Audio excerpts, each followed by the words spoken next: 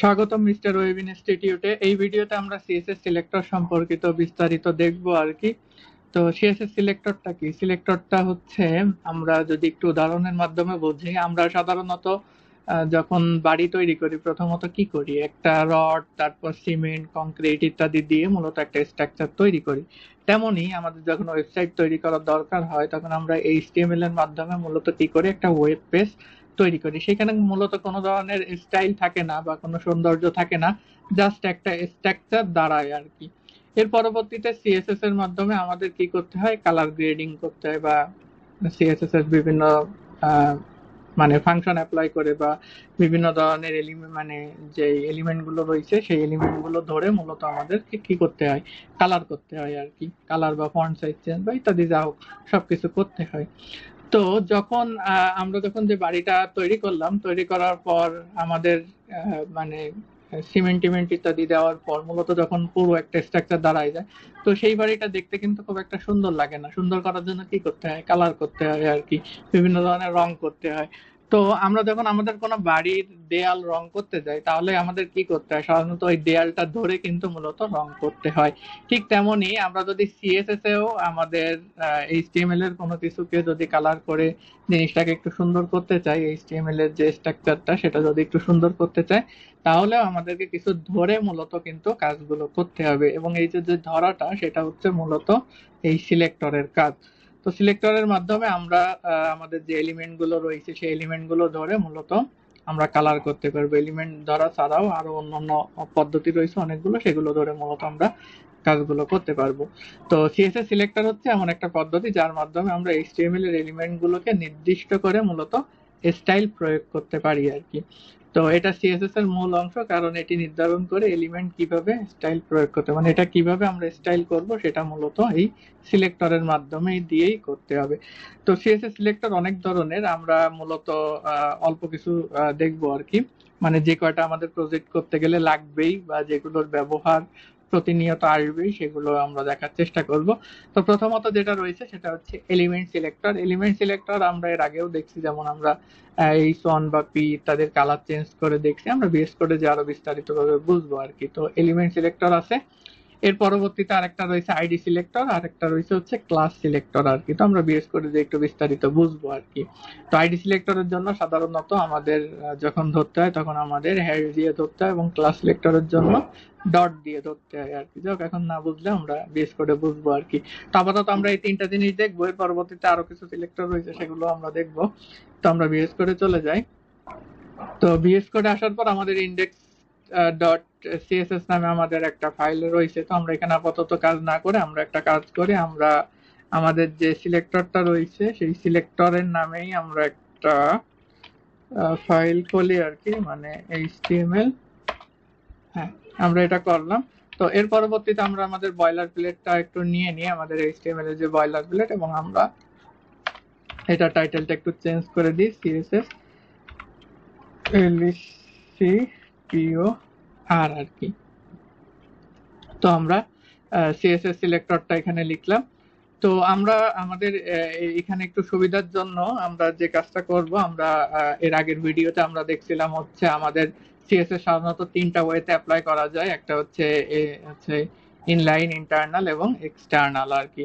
তো আমরা এখানে ইন্টারনাল যে সিএসএসটা রয়েছে সেই ইন্টারনাল সিএসএসটা আমরা অ্যাপ্লাই করব, তাহলে আমাদের মানে এই প্রজেক্টের মানে এই কাজটুকু দেখাইতে আমাদের সুবিধা হবে। সেহেতু আমরা এখানে স্টাইল যে ট্যাগটা রয়েছে সেটা আমরা নিয়ে নিলাম আর কি।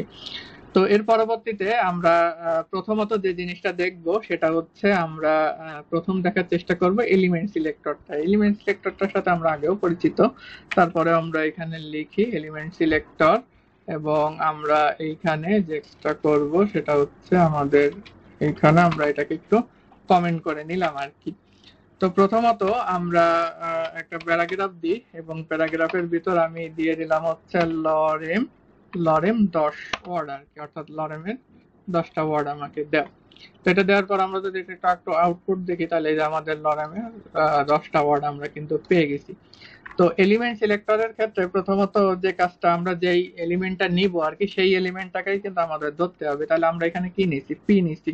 পি নেওয়ার পর এরপর যে কাজটা করতে হবে, আমাদেরকে একটা সেকেন্ড ব্র্যাকেট দিতে হবে বা কার্লি ব্রেসেস বলে যেটা আর কি। তো আমরা সেটা দিয়ে দেব। দিয়ে দেওয়ার পর আমরা যে কাজটা করতে চাচ্ছি, অর্থাৎ সিএসএস আমরা যে জিনিসটা করতে চাচ্ছি সেটা আমরা দিয়ে দেব।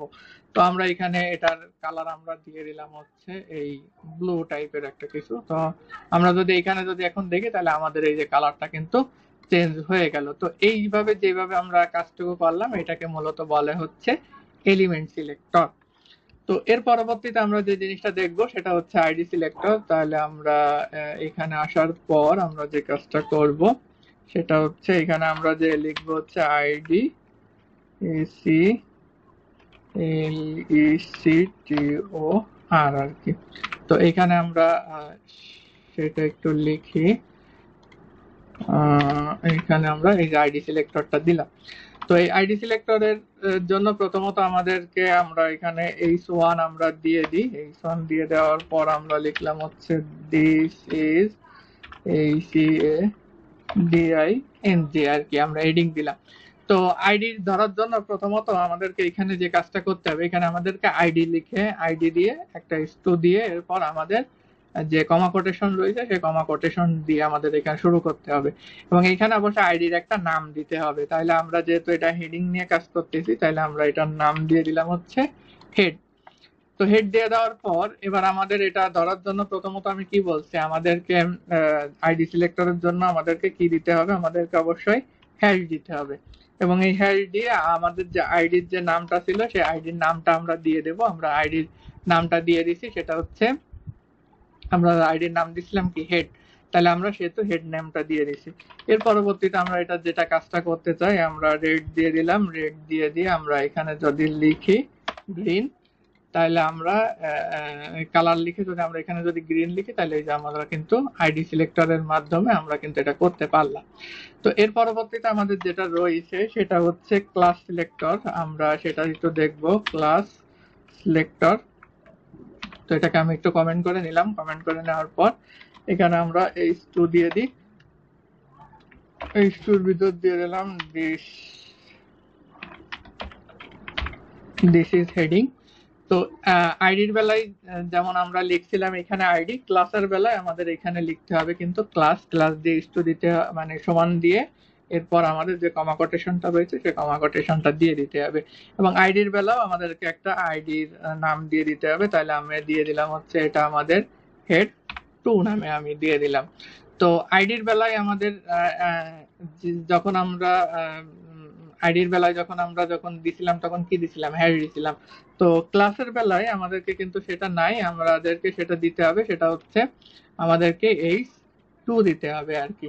তো h2 মানে h2 বলতেছে, আমাদেরকে ডট দিতে হবে। ডট দিয়ে দিলে আমাদের কিন্তু যে ক্লাসটা রয়েছে সেই ক্লাসটা কিন্তু আমরা ধরতে পারবো আর কি।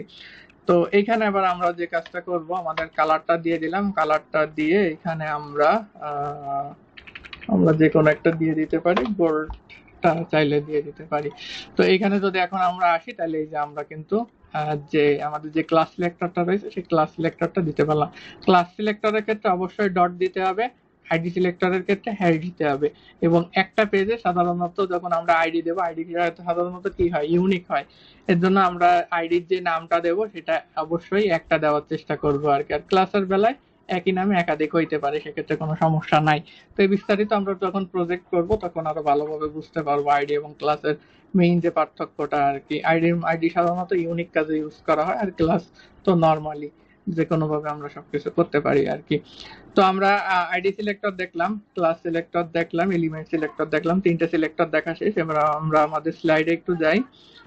তো এখানে যদি আমরা আসি, তো এরপর দেখতে পাচ্ছি আমাদের এখানে কি রয়েছে, আমাদের ইউনিভার্সাল সিলেক্টর রয়েছে, গ্রুপ সিলেক্টর রয়েছে, আর একটা হচ্ছে সুডো সিলেক্টর রয়েছে আর কি, যেটাকে প্রো সুডো বলে আর কি, অনেকে যে কোনো নামে ডাকা যায় আর কি।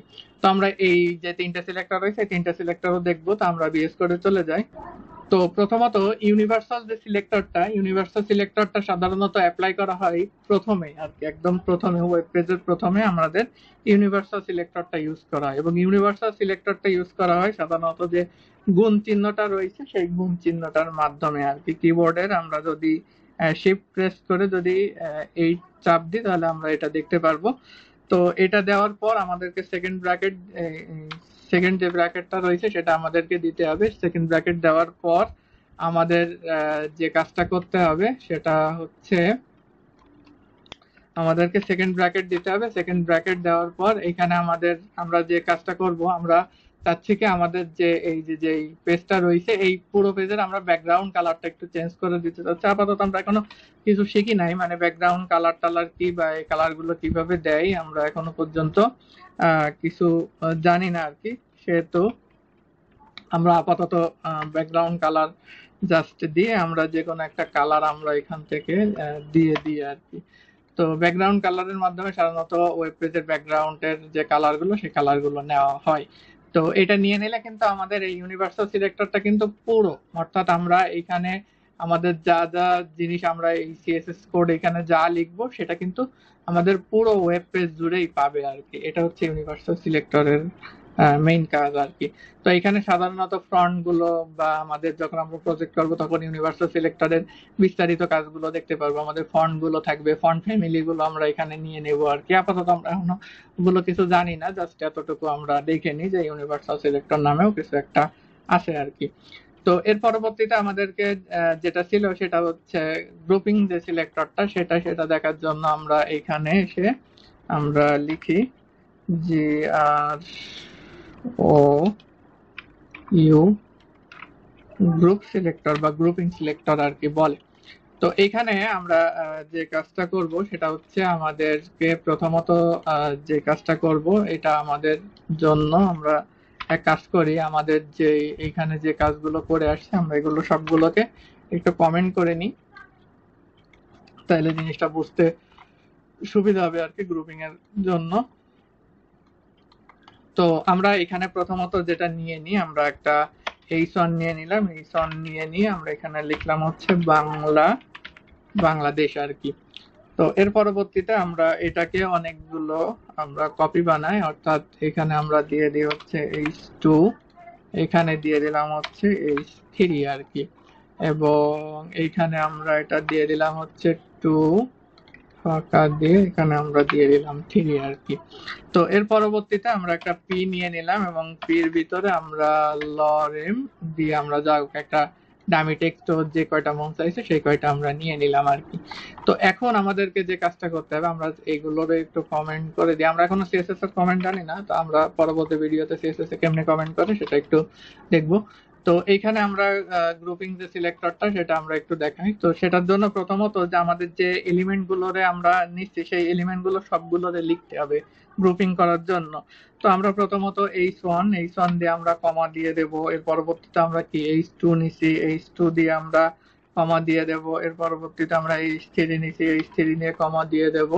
এর পরবর্তীতে আমরা একটা পি নিছি, পি নিয়ে দিয়ে আমরা এখানে সেকেন্ড ব্র্যাকেট দিয়ে দেব আর কি।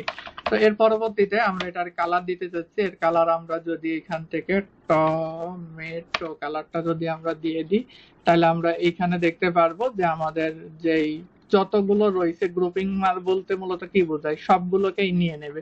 তো সবগুলোকেই কিন্তু টমেটো কালার করে দিছে আর কি। তো এটা হচ্ছে মূলত গ্রুপিং সিলেক্টরটা আর কি। তো এর পরবর্তীতে আমাদের যে সিলেক্টরটা রয়েছে সেটা হচ্ছে প্রোসুডো সিলেক্টর। তো সেটা আমরা এখান থেকেই বুঝে নিই। আমাদের যে H1 আমরা এখানে নিছি গ্রুপিং এর জন্য, তো আমরা এখানে এসে প্রোসুডো সিলেক্টরটা একটু বুঝি। আমরা এখানে H1টা নিব, H1টা নিয়ে আমাদেরকে এরকম একটা ইস্টু সাইন দিতে হবে। তো ইস্টু সাইন দিয়ে দেওয়ার পর এখানে হোভার নামে একটা কিছু রয়েছে, আমরা যদি হোভারটা নিই, হোভারটা নিয়ে নেওয়ার পর এইখানে আমরা যে কাজটা করব, আমরা এখান থেকে কালারটাকে যদি আমরা রেড করে দিই তাহলে কি হবে, যখন আমি এই সনের উপরে মাউস নিব আর কি, তখন কার্সরটা নিব তখন এটা কালারটা রেড হয়ে যাবে। আমরা যদি এখানে একটা আউটপুট দেখি তো আমাদের প্রথমে যখন আমরা এইখানে মাউসটা নিচ্ছি তখন কিন্তু এটার কালার চেঞ্জ হয়ে যাচ্ছে, এবং আমরা এই যে সিলেক্টরটা ইউজ করলাম এই ইস্টুর মাধ্যমে, এই যে সিলেক্টরটা আমরা ইউজ করছি সেটাকে মূলত বলে হচ্ছে কি ট্রু সুডো সিলেক্টর আর কি, বা শুধু সুডো সিলেক্টরও বলে আর কি।